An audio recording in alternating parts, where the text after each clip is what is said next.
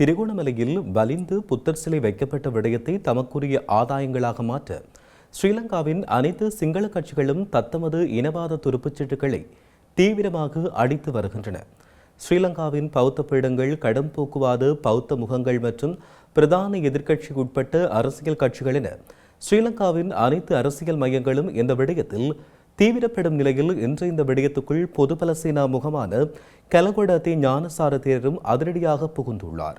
திருமலைக்கு இன்று விரைந்த ஞானசார தேரர் சிங்கள மக்கள் மத்தியில் இந்த விடயத்தை தீவிரமாக்கும் வகையில் ஒரு ஊடக சந்திப்பை நடத்தியிருந்தார்.